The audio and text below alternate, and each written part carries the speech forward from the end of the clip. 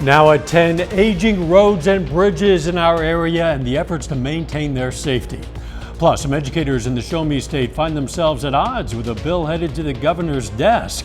And hundreds of administrators, teachers, and school board members gather for the 25th annual celebration of schools. The 4 states' most watched news starts now. According to the National Bridge Inventory, Kansas has more than 4,900 bridges in need of repair. Missouri has identified needed repairs on just over 4,500 bridges. This is KOAM News at 10. I'm Dow Quick. KOAM's Tanya Bach digs a little deeper into local bridge conditions to see where some of our 4 state counties stand. She joins us now in the studio. Thanks, Dow. As bridges age, they naturally at some point will all need replaced. And counties are responsible for maintaining and replacing bridges on county roads and even in smaller communities. Jasper County is drawing up plans to replace the old Joplin Street Bridge in Sarcoxie. And in Columbus, construction is underway on the 1935 Brush Creek Bridge on East Country Road, just past the Cherokee County Jail. In 2022, inspectors marked 17 of Cherokee County's county-maintained bridges as poor. Now, Jasper County's number is closer to 40. I spoke with both counties' road and bridge superintendents who agree planning ahead is key, but there's always one thing you cannot predict. Potholes, culverts that are collapsing. Mother Nature, she's always dealing us a different card every day. You know, it's whether it's flooding or droughts like we've had the last few summers. Every year we try to do one new bridge, and most of them are on an 80-20 split. County pays 20%, KDOT state pays 80%. Inspection records reveal similar numbers for Cherokee County's southeast Kansas neighbors, with Bourbon County slightly higher. It has 31 listed in poor condition. In 2020, Cherokee County spent $3.6 million maintaining its roads and bridges. Now, curious what your county is spending? We've posted a link in this article on our website at KOAMnewsnow.com. Tanya Bach, thanks. Chief Meteorologist Doug Heddy joins us now with a first look at the weather.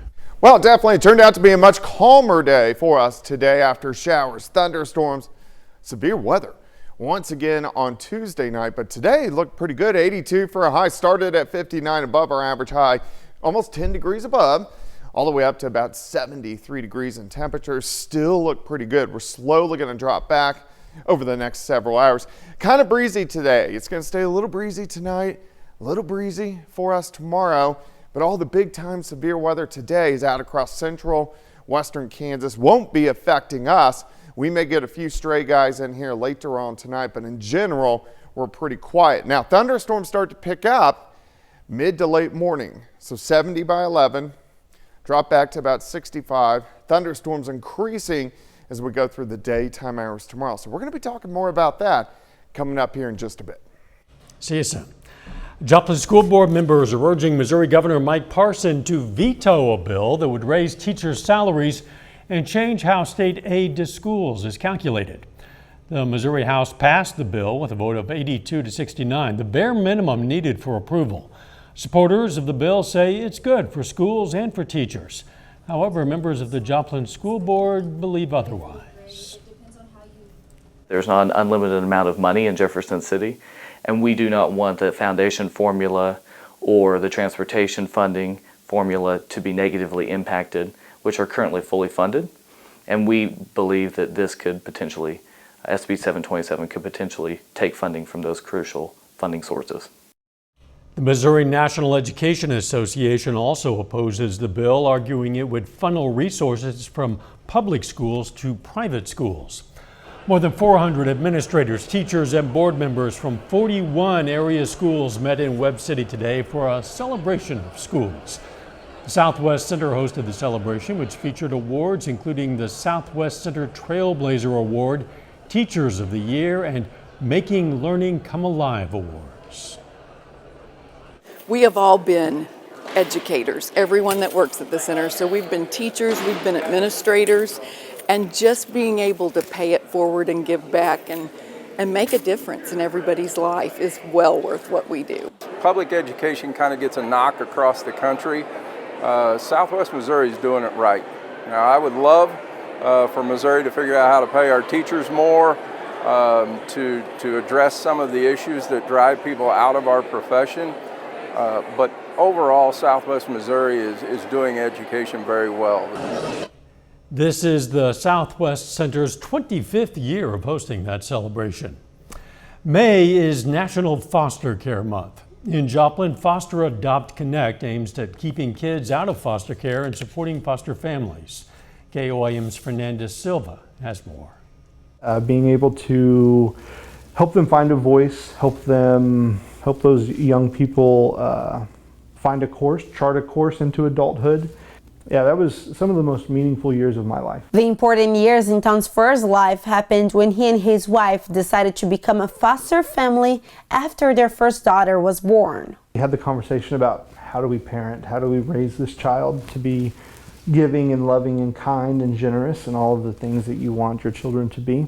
And we decided that we would open our home. They opened not only their house, but also their hearts to more than 20 kids and teenagers. Their love ended up becoming 2 adoptions and a job. Fur now dedicates his career to making kids in foster care and foster families' lives better. Now, when we think about taking on additional children in our home, there's a lot of burdens that come with that. Obviously, financial is the first one that always comes to mind. There's an additional cost associated with housing and feeding and supporting that child. And so we exist to provide some resources like that. Clothes donation is just one of the initiatives provided by Foster Adopt Connect in Joplin. They also open opportunities and expand their services to families in 9 different counties in the area. While definitely foster children are top of mind, there are a lot of services available to families regardless of situation. Behavioral intervention, advocacy, and fostering prevention are some of the programs offered by the organization. We come to work, but a lot of what we do doesn't really feel like work because we're coming in alongside families in challenging times, and we get to help them along the way and see them on the other side a lot of times, in a whole different light, and it's a really cool thing. In Joplin, Fernanda Silva, KOIM News. Now, according to the organization, Jasper County has almost 400 kids in foster care. Foster Adopt Connect supports not only foster families, but also other members of the community. For more information on how to help and their upcoming events, go to their website. You'll find a link at koimnewsnow.com. Roper Kia in Joplin today hosted its annual toy drive to benefit the Children's Center in Joplin. The dealership also presented a check for $9,000. The event marks the end of Child Abuse Awareness Month, and every year the dealership partners with the Children's Center, who work directly with victims of abuse. Community that we had to help them do something with April being Child Abuse Awareness Month, and them doing what they do to help kids that have been through some sort of violent or threatening issue. They come alongside and they help those kids and those families get through what they need to get through. The event also featured a drawing to win a car service package. Roper Kia has hosted this event for 11 years. Big signing day for student athletes in our area. John Dales has details on the standouts taking their game to the next level coming up later in sports. But first, abortion rights battles in several states may be the sticking point to sway voters headed to the polls this November. I'm Skyler Henry at the White House as both the Biden and Trump campaigns weigh in. Needs new floors. less than a month after Arizona's Supreme Court cleared the way for a highly restrictive Civil War-era abortion law to go into effect, state lawmakers have voted to repeal it. And in Florida, a 6-week ban on the procedure just went into effect. Skyler Henry reports. Constitution of Arizona. The Arizona legislature's vote to repeal a law dating back to 1864 that bans nearly all abortions sparked reaction from all sides of the issue. It's a victory for women. A medical procedure does not have any business being enveloped in the religiosity of this legislature. It's so important to defend life just because it's really an investment to our future. Life is beautiful, it's sacred. 2 Republicans joined with Democrats in the Arizona Senate in favor of repealing the Civil War-era law. Democratic Governor Katie Hobbs is expected to sign the measure. That would make a 2022 statute forbidding abortions after 15 weeks of pregnancy Arizona's prevailing law. Presumptive Republican presidential nominee Donald Trump weighed in from a campaign rally in Michigan. And the states come out and they decide, which is what everybody wanted for over 50 years, and we got it done. Extremists have proposed and passed laws that criminalize doctors, punish women. Vice President Kamala Harris campaigned on abortion rights in Florida as the state's ban on abortions after 6 weeks took effect Wednesday. 6 weeks is very, very early in pregnancy. It's 2 weeks past a missed period. Florida's law includes exceptions for rape, incest, fetal abnormalities, and the life of the mother. Skyler Henry, CBS News, Washington. There would likely be a temporary period when nearly all abortions would be outlawed in Arizona because the repeal won't take effect until 90 days after the end of the legislative session. Planned Parenthood Arizona filed a motion requesting that the Arizona Supreme Court work to prevent that gap. Doug's forecast is next, and a little bit later, Pitt State sets its sights on victory in the MIAA softball tournament in Oklahoma. John Dales has that story in sports. Macadoodles night.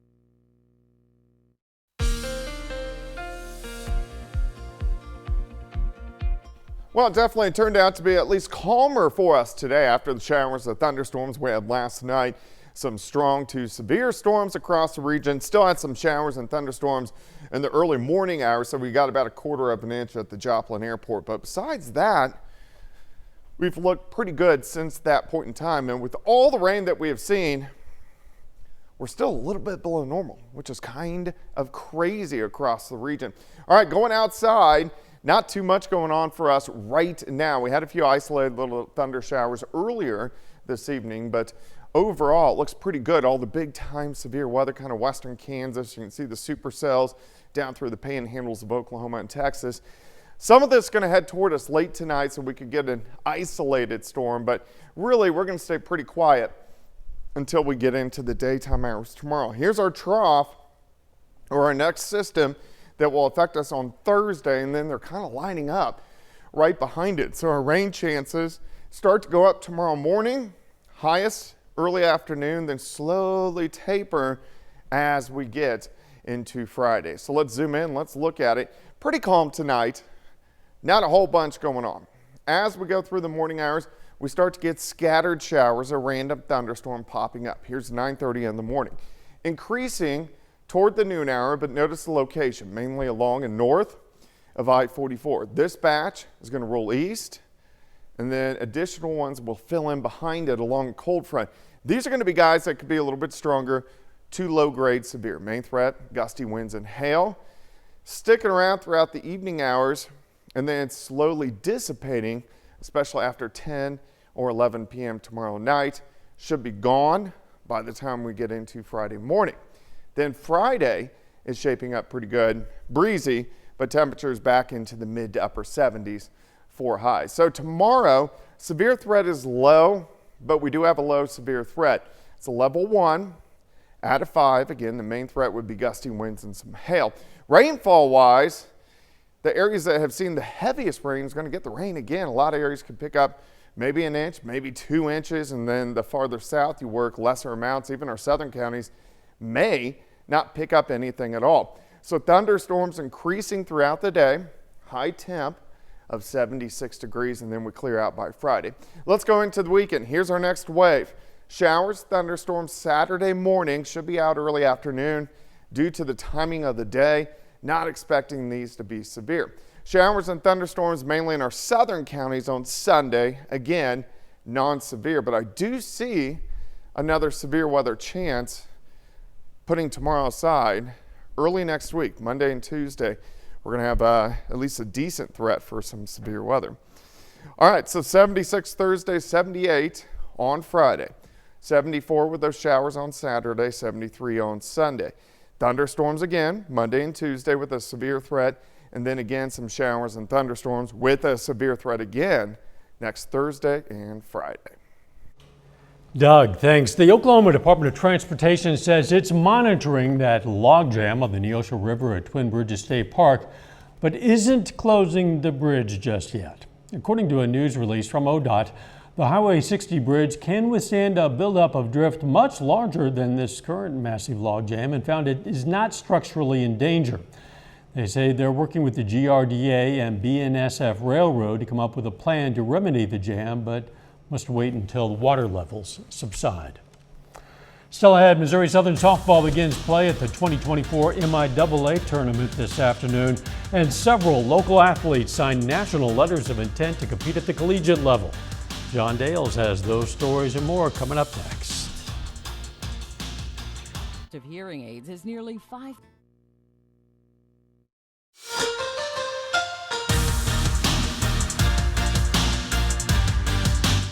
Hey, welcome into sports. I'm John Dales.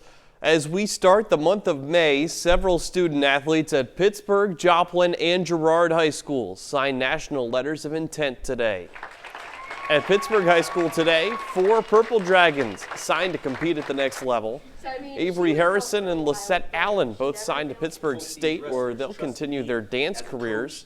Austin Hasso signs with Benedictine College for wrestling. And Hannah Brown signs with Iowa Central Community College to wrestle as well. My journey with wrestling has been really hard. I definitely had moments of giving up, but I stuck with it because I wanted to get better, and I did. I was really glad I finally got to do this because I've seen a lot of my peers do this, and one of my senior dancers my sophomore year did it, and I was really excited to watch it, and I was like, I want to do that someday, and it was really fun to see it happen and do it myself.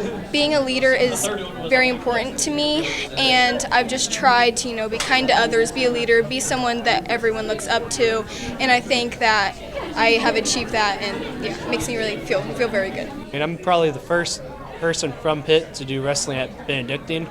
It's a real big opportunity, very excited, but it's not possible without the people that I've had support me, my family, my friends, my coaches. They kind of made it all possible. Meanwhile, at Joplin High School, 4 Eagles signed letters of intent today. Jet Beal commits to Arkansas Baptist football. Caden Taylor-Wise and Jonathan Williams both signed to William Jewell to play football as well. And Abigail Eckert commits to Southwestern College for track and field. I definitely got that home feel aspect of it, and then along with the great education and then even better football up there. So I'm really excited for this next chapter. I enjoy working out now, and just being at the next level will really make working out even more fun. Initially, I wanted to go to Southwestern because both of my parents went there, so it was always my top school. And I've taken many visits there, and the feel of community is really strong there. It's a pretty small school, but everyone knows each other, and the relationships with the professors is really special. Ultimately, I chose to commit to Arkansas Baptist just because it felt like a true family. I'm Baptist myself, so that also kind of persuaded the way. It really showed me what it's like to be able to care for everybody and compete against each other under God. Then over at Girard High School, another signing takes place this afternoon. Trojan senior Kara Pope signs her letter of intent in front of friends and family. Pope commits to Baker University in Baldwin City, Kansas, to continue her wrestling career. Pope says she's excited about furthering her athletic and academic careers. Their program, it's been around for a couple of years now. They have a really good coach, Kit Harris. He was the Baldwin High School coach for a while, and they won the state title a couple years back. So there's a lot of good foundation there that can help me become an even better wrestler than I am right now. The MIAA softball tournament begins today in Edmond, Oklahoma. Pitt State gets the day off because of a bye, but the Gorillas are hungry to make noise in the postseason. I feel like we're hungry. We still want to win. We have a lot of competitors on this team, and I just think the mindset going into this tournament hasn't changed from the rest of the year, just wanting to win and fighting every day to win. We've worked really, really hard, and we set a lot of goals, and we're out there accomplishing them. And so I'm just really proud of the resilience this team has shown and the grit and the fight and just shattering expectations, and I'm just enjoying the ride. Missouri Southern softball plays in a first-round game today in the 8-9 matchup against Central Missouri. Lions win that one 3-2. They advance to the quarterfinals against the #1 seed in the conference, Rogers State, tomorrow. So the Gorillas will play Fort Hays State, the 10 seed. The Lions, like we just saw, will play the #1 seed, Rogers State. And Pitt State would like if Southern could help them out and take down Rogers State. That would be nice. Yeah. We'll see what happens. We'll be right back. And at Indigo Sky Casino. All right, showers and thunderstorms right back in the forecast as we head through the daytime hours on Thursday. Some of these could be a little bit stronger, maybe low grade severe. Clear out Friday looks great. Scattered thunderstorms again Saturday, mainly in the morning, and then a few popping up late Sunday, and then a severe threat returning next Monday and Tuesday. Doug, thanks. High school students in Carthage got to show off their hard work today at the Project Lead the Way Senior Showcase. The event's a celebration of the designs and innovations of engineering and biomedical students. One educator says it could also give students valuable insight as they look ahead to their careers. I think just the passion that they have, and hopefully they have either found that this is a field they want to go into, or maybe they have found that they don't want to. And that's okay, because they've saved some money by identifying that early on. But just the skills, like I said, and the ability to communicate and articulate those things is pretty awesome to see.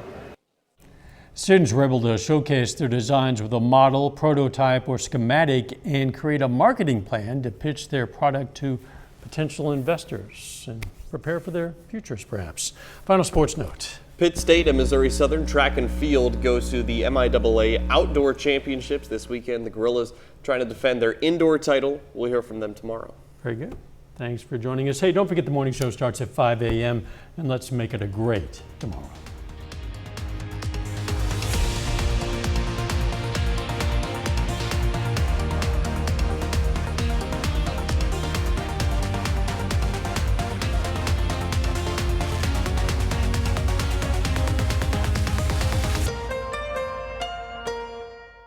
On KOAM TV.